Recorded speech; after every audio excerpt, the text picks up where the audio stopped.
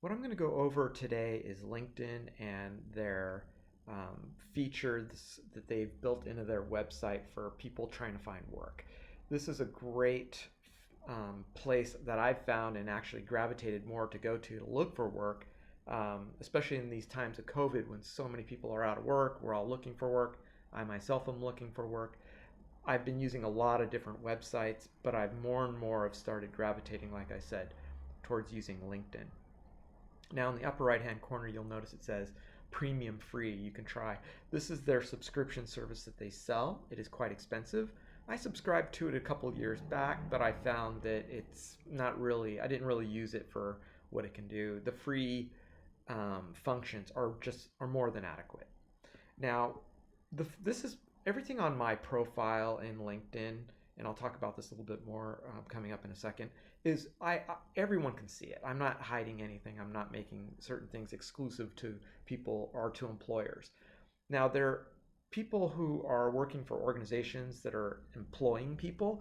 They have special permissions and they have special accounts. So you can designate what is seen by the general public on your LinkedIn profile and what is hidden to only employers, and which is a cool feature. Now, when you look at your profile, let's go ahead and look at mine in the upper right hand corner, or you can go to the the left hand side as well. There's two ways of getting to your profile. But if you click on it and you do view profile, it'll take you to your profile page. Everyone who has a LinkedIn account, they have this page.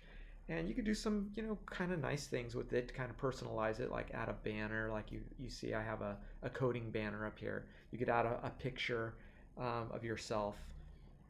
And then what we have on this page is kind of like a rolling sections area, and different sections for different topics.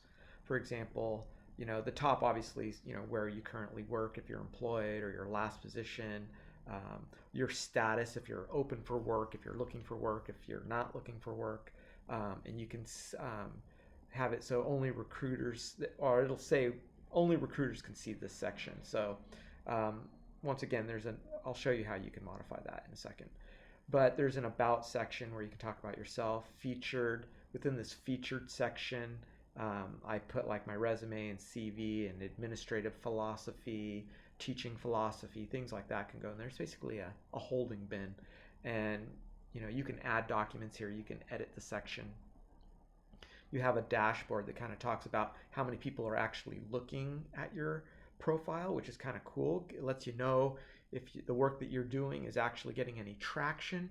And even with the free account that like I have, when you go there and you look at it, you can see the last person who looked at your profile, unless they have a special, paid feature where it's hidden. And you'll notice here, like one person, I can't see everyone because I have the free account. So the ones I can't see are clouded out, so I can't really see who it is. But you can also see, the trends, and you can see like where they work, to kind of give you a clue if you've applied somewhere and if someone from that organization has actually came and visited your page to see who you are. They give you like a heads up whether or not you're, like I said, you're gaining traction in what you're doing. Okay, so I go back to my profile page here. Once these sections, by the way, can be added and removed, and I'll show you that in a second. But I have activity, like any of the articles I've posted, any of the groups I belong to, any of the threads, recent threads, all that stuff will be posted here in activity.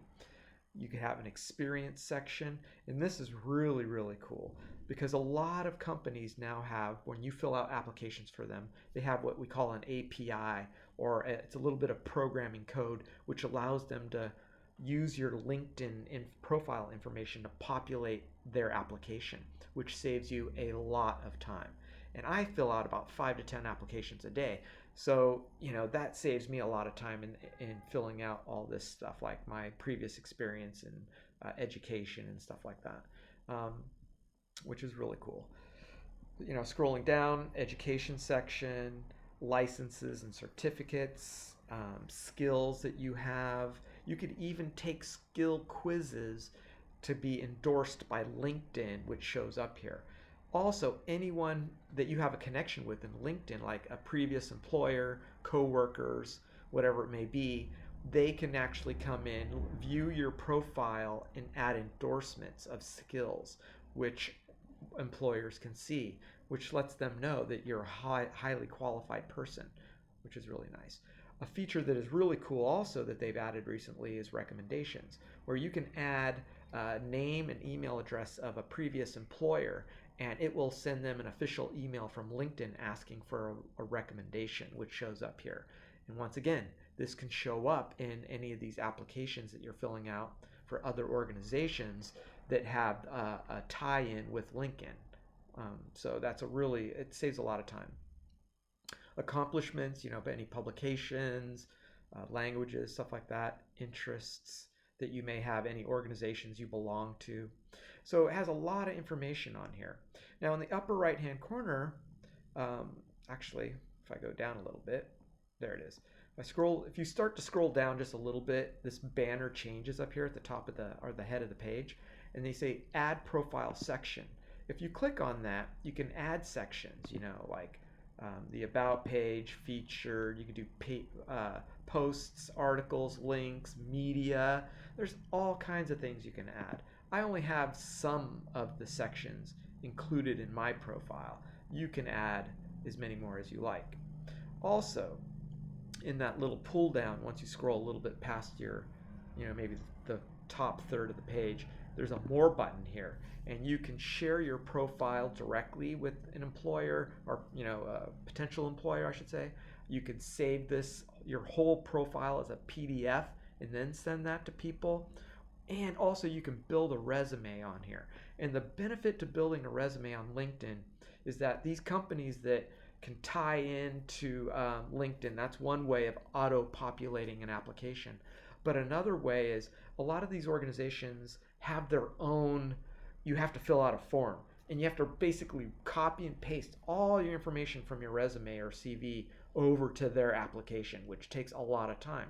But if you build a resume on LinkedIn, or if you do it appropriately or properly in Word, for example, Microsoft Word, these these applications on these other organizations could auto grab the information and populate the fields, saving you a lot of time. The problem is when you use Word yourself or some other program to make your resume, if you don't do it the correct way using headings and subheadings, the information won't be pulled over correctly and it won't be clean.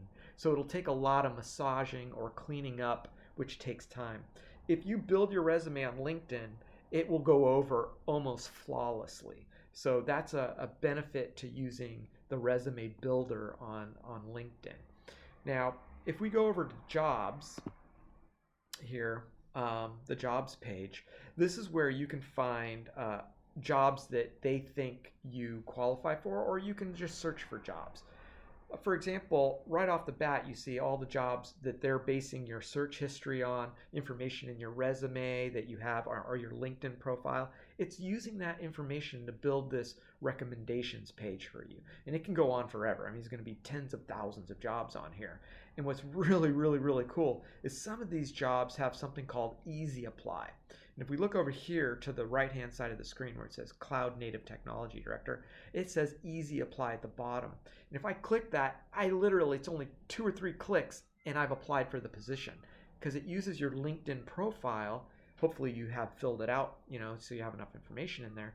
And then it auto, sends it to the company and they can look at it. Really cool. Also, it can tell you how many people have already applied to positions and when the position was posted. So all this information is really important when you're trying to find a job.